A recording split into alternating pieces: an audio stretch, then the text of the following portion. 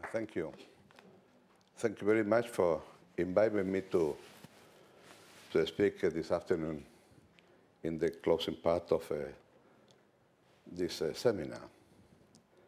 It's quite interesting, the title of the seminar, Latin America, Continued Growth in Turbulent Times.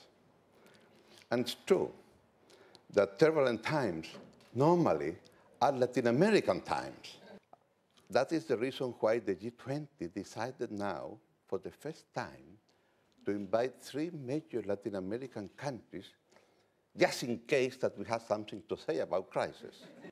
The 90s represent the return of democratic governments almost all over the places. Democracy is not a concept. Democracy is a process. You never finish living in a democratic country, because always you can improve the democratic system. And because it's a process, that is why it's so important to have a democracy that delivers, as we used to say in the Club de Madrid. A democracy that means something, in addition to the right to vote and elect. Now, if you have a good fiscal policy, which is common sense, then I think it's better to have somebody in charge of monetary policy that is different from the president or from the government.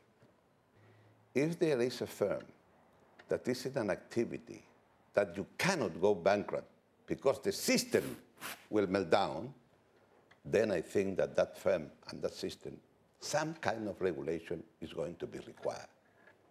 How we're going to be able to build institutions at the government level that has to be much better of what do we have today.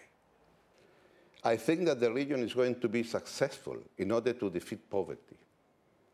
The question of distribution of income is a much more difficult question to define. Because after the crisis, globalization is going to remain. Globalization is a fact. Globalization is a question of the new technological advances that we have been able to have.